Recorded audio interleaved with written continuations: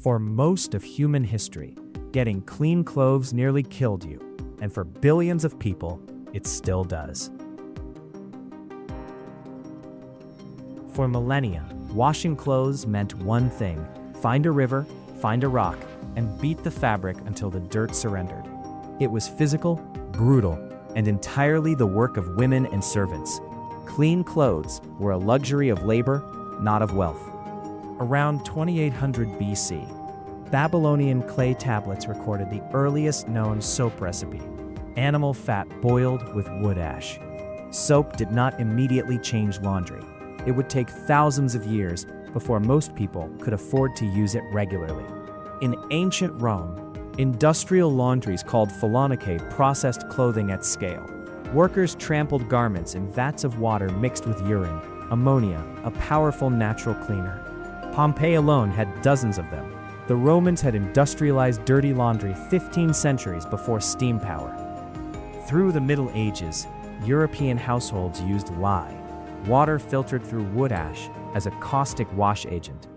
Beating bats and wooden paddles hammered the fabric clean.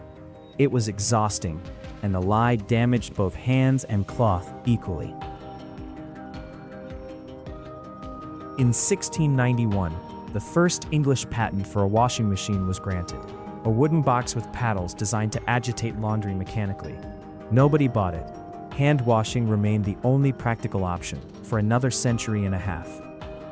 The washboard arrived in 1797, a ridged wooden or zinc board that focused scrubbing friction onto the fabric. Simple, cheap, portable. It would remain the primary laundry tool for most of the world well into the 20th century.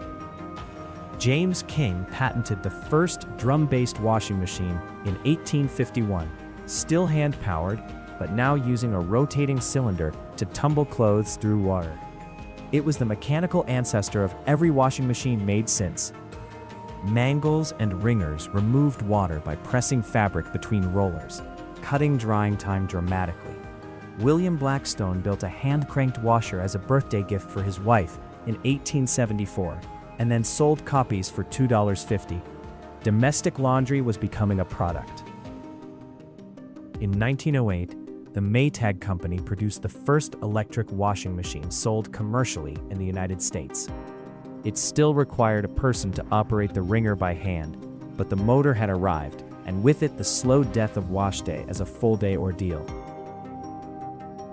The central agitator, a spinning post that thrashed clothes through soapy water, became the dominant design by the mid-19-teens. Coin-operated laundromats opened in the 1920s, giving urban families without space or money access to machine washing for the first time. The Bendix Home Laundry, launched in 1937, was the first fully automatic washing machine. You loaded it, set a dial, and walked away. No wringers, no hand cranking, no supervision. It cost twice the average monthly wage. People bought it anyway. Procter & Gamble launched Tide in 1946, the first synthetic detergent formulated specifically for washing machines. Within a decade, it controlled a third of the US laundry market. The chemistry of clean had changed permanently. Top-loading automatics became the American standard through the 50s. The tumble dryer followed, and for the first time in human history, a household could wash and dry a full load of clothes without once going outside or using human muscle. Europe went a different direction. Horizontal drum front loaders used less water and were gentler on fabric. By the late 1960s, they dominated the European market. Two continents, two philosophies, both doing the same load of laundry. Efficiency became the new battleground in the late 80s and 90s. Energy Star ratings pushed manufacturers to cut water and electricity consumption. High-efficiency detergents arrived. Lower suds, engineered for machines that used a fraction of the water older models needed. Steam wash cycles arrived in the early 2000s, killing bacteria without chemicals. A decade later, Wi-Fi connected machines let users start a cycle from their phone. Laundry had become a notification. In 2015, Xerox commercialized a system that cleaned clothes using tiny polymer beads instead of water, cutting consumption by up to 80%. A technology designed for industrial use that pointed toward a radically different future for domestic laundry.